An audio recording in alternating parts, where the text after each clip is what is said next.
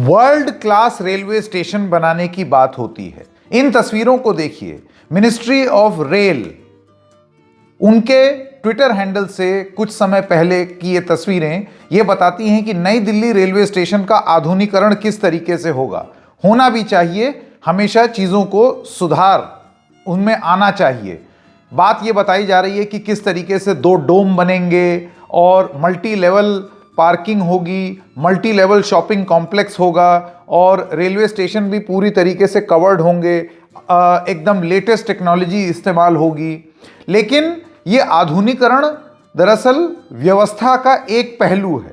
क्या हो अगर बेसिक चीज जो रेलवे स्टेशन में होनी चाहिए, मतलब मेरा रेलवे स्टेशन बहुत आधुनिक हो जाए, बहुत बढ़िया मार्बल लग जाए, उसमें बहुत सारे शॉपिंग कॉम्प्लेक्स बन जाएं, अच्छे अच्छे सुंदर दिखने वाले डोम बन जाएं, उसका फीता भी बड़े बड़े लोग आकर के काट दें। लेकिन अगर वहां पर व्यवस्था ही ना हो, तो वहां पर अगर स्टाफ ही मौजूद ना हो, तो वहां पर भगदड़ जैसी स्थिति बन जाए या भगदड़ हो जाए, उसमें लोगों की मृत्यु हो जाए, उसके बाद लोग कन्नी काटने लगें, तो व्यवस्था अगर वर्ल्ड क्लास नहीं होगी और उसके साथ साथ हम देखेंगे कि आप बिल्डिंग वर्ल्ड क्लास बना देंगे, तो ऐसी वर्ल्ड क्लास स्टेशन में 3rd क्लास फैसिलिटी का क्या फायदा। आज हम बात करेंगे कि किस तरीके से नई दिल्ली रेलवे स्टेशन में जो हुआ उसके लिए कैसे पूरी तरीके से भारतीय रेल प्रशासन जिम्मेदार है। नमस्कार, मेरा नाम है संकेत उपाध्याय और आप देख रहे हैं इशारों में। तो सबसे पहले आपको बताते हैं कि हुआ क्या, तो प्रकरण और कैसे इसके लिए रेल जिम्मेदार है। नंबर 1, 3 ट्रेनें थीं और 3 ट्रेनें लेट हो गई, जिसकी वजह से आपको यह देखने को मिल रहा है कि एक बिल्डअप हो गया। पूरा प्रकरण बताते हैं। 9:45 पर प्लेटफॉर्म नंबर 13 और 14 पर प्रयागराज एक्सप्रेस को आना था। प्लेटफॉर्म नंबर 14 पर नई दिल्ली रेलवे स्टेशन के बहुत सारे लोग, आप जाते हैं प्रयागराज एक्सप्रेस कहाँ जाएगी, वो प्रयागराज जाएगी। प्रयागराज में क्या हो रहा है, महाकुंभ, वहाँ पर लोग स्नान करना चाहते हैं, इस वजह से लोग जा रहे हैं, भारी मात्रा में श्रद्धालु। तो एक बात ये हो गई, बहुत सारे लोग वहाँ पर पहुँचे। इसी के साथ साथ और उसी समय 2 और ट्रेनें थीं जो लेट हो गई। एक स्वतंत्रता सेनानी एक्सप्रेस और दूसरी भुवनेश्वर राजधानी। प्लेटफॉर्म नंबर 12, 13 और 14 पर इनको आना था और इनका ट्रैफिक एक तरीके से वो बढ़ता चला गया। बहुत सारे, क्योंकि 2 ट्रेनें लेट हो गई और एक अभी आनी थी, तो उसके इंतजार में लोग, तो एक ही प्लेटफॉर्म के आसपास, क्योंकि आप जानते हैं ऐसा होता है, एक प्लेटफॉर्म इस तरफ दूसरा इस तरफ, वो एक कंक्रीट की पट्टी होती है बीच में, दोनों तरफ ट्रैक्स, तो उसी पर लोग बिल्डअप होने लगे और 3 ट्रेन का ट्रैफिक आपको यहां पर देखने को मिलना शुरू हो गया। भारी मात्रा में ट्रैफिक था, तो इस वजह से वो स्वेलअप होने लगा। अब बताया यह जाता है कि एकदम से एक घोषणा हुई, और ये वहां पर जो लोग हैं और अखबारों में अब वाइडली रिपोर्टेड है कि एकदम से एक घोषणा हुई कि क्योंकि ये ट्रेनें लेट हैं, तो प्रयागराज एक्सप्रेस या कुछ और ट्रेन को किसी और प्लेटफॉर्म पर शिफ्ट किया जाता है। बड़ी नॉर्मल प्रक्रिया है ट्रेन में कि आप प्लेटफॉर्म को चेंज कर दें कि यहां आने वाली ट्रेन अब उधर आएगी, ये बहुत नॉर्मल प्रक्रिया है। लेकिन जब इस तरीके का ट्रैफिक हो, तब रेलवे इंटेलिजेंस ये कहती है कि आपको मैप करना पड़ेगा, कितना समय आप देंगे लोगों को एक प्लेटफॉर्म से दूसरे प्लेटफॉर्म में जाने के लिए। इसी चीज को लेकर के बताया जाता है कि भगदड़ मची। भगदड़ जब मची तो उसका परिणाम हम लोगों ने देख लिया है कि 18 लोगों की मृत्यु की खबर आ गई है और तमाम लोग घायल हैं, जिसको भी मानने में देरी हुई, उस पर थोड़े टाइम बाद में आएंगे। अब आइए बात करते हैं कि ये इतना बिल्डअप हुआ कैसे। सबसे बड़ी बात यह है ना, रेलवे कैसे जिम्मेदार है। अव्वल तो आप ठीक से प्लान नहीं कर पाए कि कौन से ट्रैक पर किस ट्रेन को लाना है। दूसरी बात, इतनी भीड़ कैसे आ गई।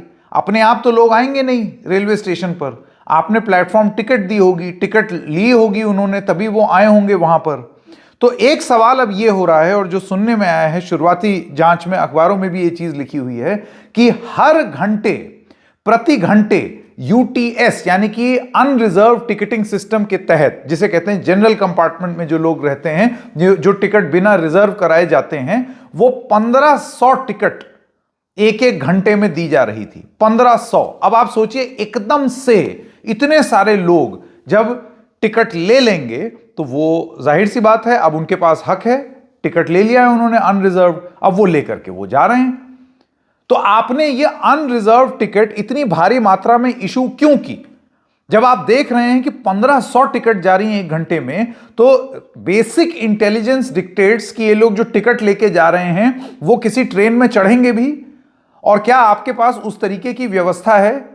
क्या भारतीय रेल जो एक दिन में इतने लोगों को इधर से उधर करती है जितना शायद ऑस्ट्रेलिया की आबादी भी ना हो या और बड़े बड़े देशों की आबादी ना हो, उसको इतनी अकल नहीं है या इतना नहीं मालूम कि जब आप इतनी भारी मात्रा में अनरिजर्व टिकट देंगे तो कहीं ना कहीं वो प्लेटफॉर्म पर ही लोड बनाएगा और एक स्थिति आ सकती है कि उसमें भगदड़ हो जाए। ये बेसिक इंटेलिजेंस कहां थी रेलवेज की? ये थी रेलवेज की गलती नंबर 2, जो अभी तक वो मानने को तैयार नहीं है। आपने इतने भारी मात्रा में टिकट इशू क्यों की?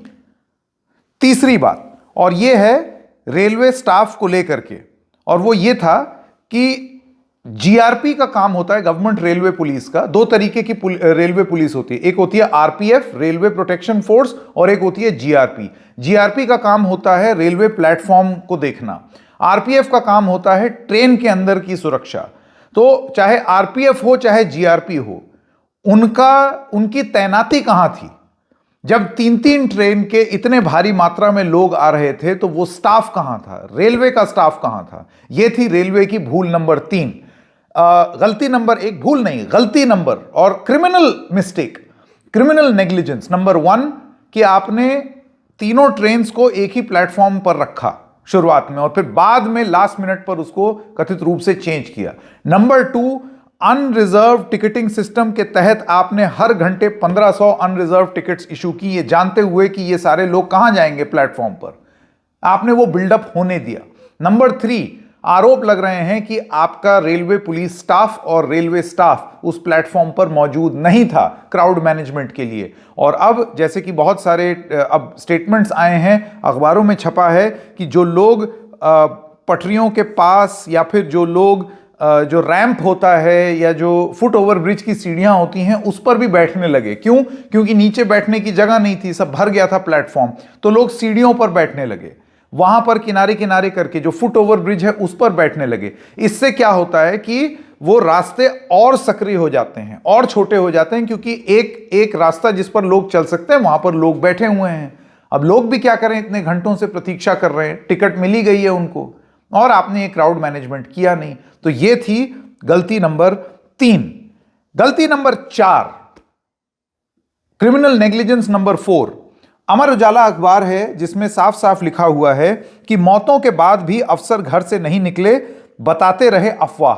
सारे अफसर, बड़े अफसर, उनको जब 9:45 पर यह सूचना मिली और उसके बाद से यह बात आने लगी, ये सारे अफसर इस अखबार के हिसाब से रेलवे स्टेशन पर हालात बेकाबू होने से भगदड़ और दबकर मौतों के बाद भी रेल अफसर घर से नहीं निकले बल्कि हादसे को अफवाह बताते रहे। उत्तर रेलवे के मुख्य जनसंपर्क अधिकारी हिमांशु शेखर उपाध्याय ने भगदड़ की बात से इनकार कर दिया। उन्होंने कहा कोई भगदड़ नहीं हुई, ये सब अफवाह है।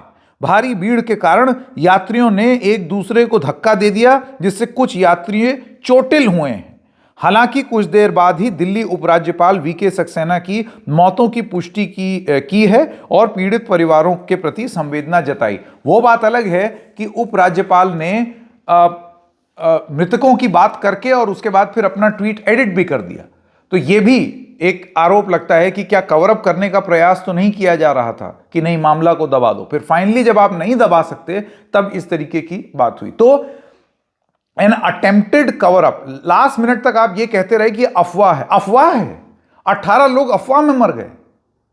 कैसे आपने इस बात को अफवाह बता दिया? ये इतनी जल्दी आप क्यों पड़े हुए थे कि जल्दी से आप किसी चीज को अफवाह बता दें?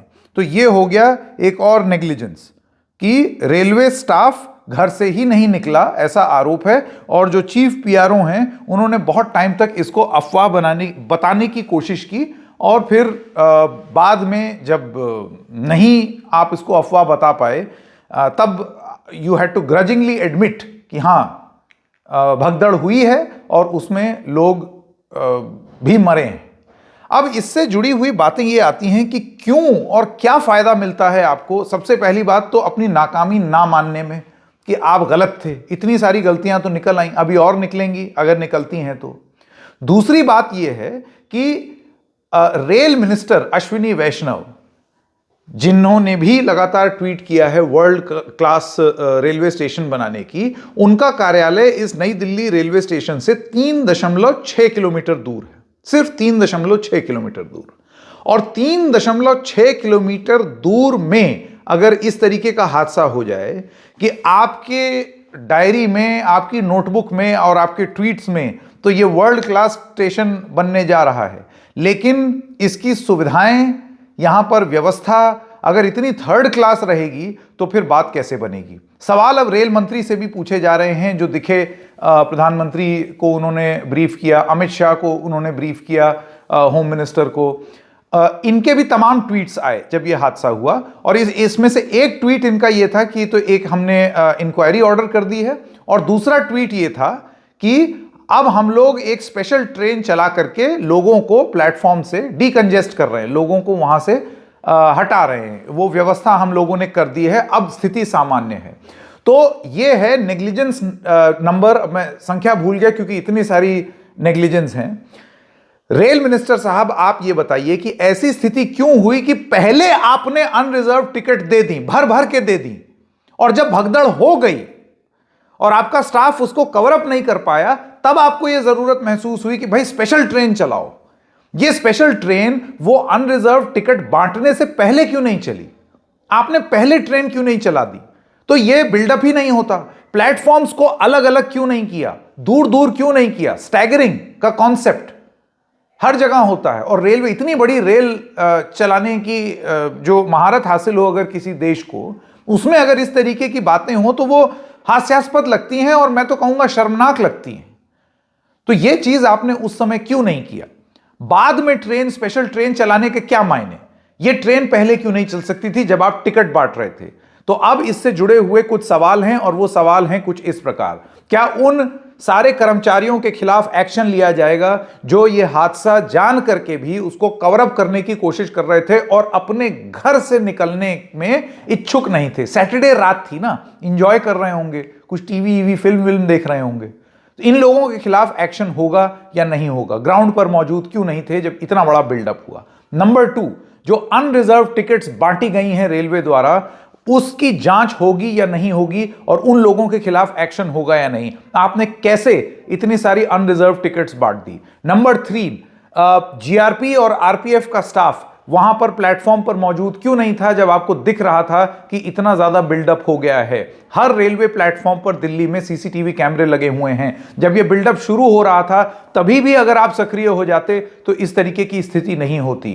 कुंभ में बहुत सारे लोग जा रहे हैं, बहुत सारे लोगों की आस्था है।